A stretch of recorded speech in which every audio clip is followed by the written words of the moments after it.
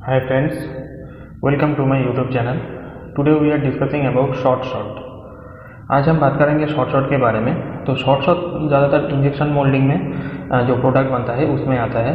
तो injection moulding में जो प्रोडक्ट बनता है उसमें शॉर्ट आता है, या तो इसको शॉर्ट मोल्ड भी बोलते हैं। तो किस तरह से आते हैं, कैसे आते हैं, इसको हम ठीक कैसे कर सकते हैं, इसके बारे में आज हम बात करेंगे। जितने अमाउंट ऑफ मटेरियल मोल्ड में इंजेक्ट होता है तो उसको ही हम शॉर्ट कैपेसिटी बोलते हैं। अगर हम अमाउंट ऑफ मटेरियल कम हो जाए, मतलब एक प्रोडक्ट बनाने के लिए जितना अमाउंट ऑफ मटेरियल चाहिए उतना अमाउंट ऑफ मटेरियल हम मोल्ड में इंजेक्ट ना करें तो हमारी शॉर्ट आता है। दूसरा आता है इंजेक्शन प्रेशर कम होने से। इंजेक्शन प्रेशर अगर कम हो तो शॉर्ट आते हैं। ज़्यादातर इंजेक्शन प्रेशर कम करते हैं मोल्ड की सरकमफेरेंस में। इंजेक्शन प्रेशर की अमाउंट सबसे कम रहता है, और गेट की जो एरिया है, गेट की एरिया में इंजेक्शन प्रेशर सबसे ज़्यादा रहता है। तो सरकमफेरेंस एरिया बराबर, मतलब पार्टिंग लाइन की एरिया बराबर ज़्यादातर शॉर्ट मोल्ड आते हैं अगर इंजेक्शन प्रेशर कम हो तो।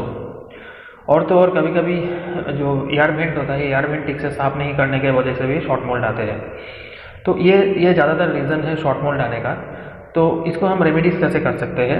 रेमेडीज़ करने के लिए हमें जो अमाउंट ऑफ मटेरियल जो है वो एकदम अच्छे से डालना होगा। मतलब जितने अमाउंट ऑफ मटेरियल चाहिए एक प्रोडक्ट को बनाने के लिए, पूरा प्रोडक्ट को बनाने के लिए उतने अमाउंट ऑफ मटेरियल हम मोल्ड में इंजेक्ट करें।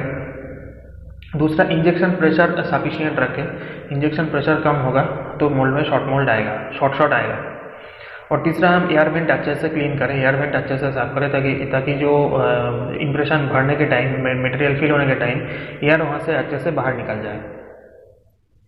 तो ये कुछ रीज़न है, और भी बहुत सारे रीज़न हो सकते हैं, लेकिन ये कुछ बेसिक रीज़न है जिसके कारण हमारी इंजेक्शन मोल्डिंग में शॉर्ट आते हैं।